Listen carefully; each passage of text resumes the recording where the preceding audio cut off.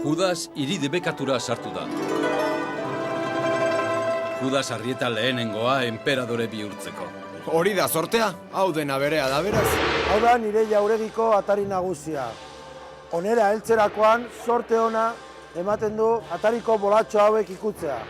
Hondarribiatik etorri nintzen onera, hau kitu eta enperadorea izendatu ninduten. Ederki ba, enperadore jauna. Zergatik ez dizkiguzu zure etxeapalaren txoko eta sekretuak erakusten? Ongi etorriak. Hauxe da nire jauregia. Hemendikan kontrolatzen dut mundu osoa.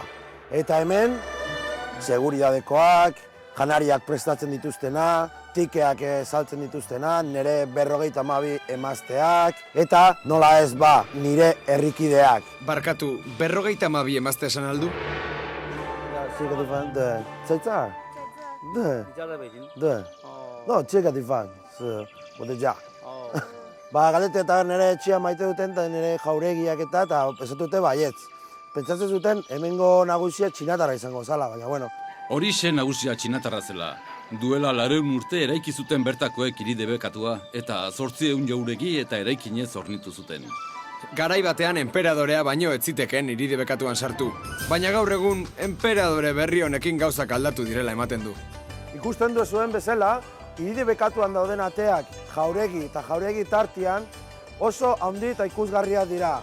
Fijatu zaitezte pasatzen ari den jendean. Beti espaloi hau pasatu behar da, zangoa pasaz eta ezin da zapaldu, horrek sorte txarra emango luke.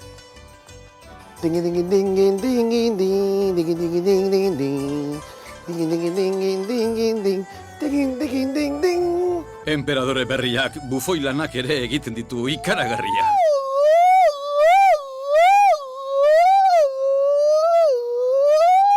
Nik ez du kobratzen argazkiak egiteagatik, nire asko gustatzen zait, honen jendean erekin argazkiak egitea. Venga, txaio. Herritarren laguna da gainera. Txina Euskalteleko taldea. Euskaltel! Hemen ikustu duzue, hori nik hemen erakusten, nire jauregiko, kanpo futbola, futbito lekua eta frontoia. Joku olimpikoetarako hotelen prezioak 10 aldiz igoko dira. Hau dela eta nik eskaintzen dizuen nire jauregitxoa, bere tronuarekin, saloi pulituarekin, dana goxo-goxo. Enperadore eta herritarren arteko harremanak nolakoak diren ikusiko dugu gero xeago. Bueno, hemen dituzue nire 3 emazte, 57 ditut, baina bueno.